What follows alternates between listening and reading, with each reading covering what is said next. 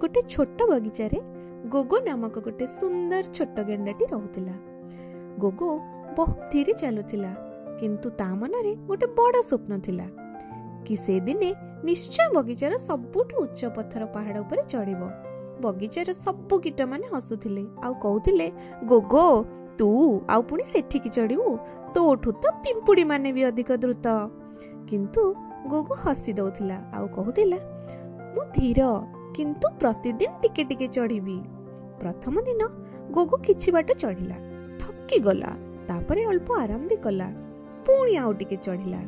तृतीय दिन टिके टिके मृदु पवन बहुथिला, टिके से चढ़िला आउ सेतबेले टिडे कहिला, काहेकि एते कष्ट करूचु, तू तो केबे भी पहुंचिबुनी ना। गोगो तथापि चलिला, धीरे किंतु लगातार भावे चलिला।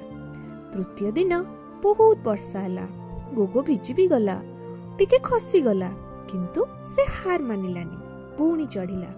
दिन कटि जाउथिला, समस्ते भाबुथिले से बोधे केबे भी ऊपर को जीव नहीं।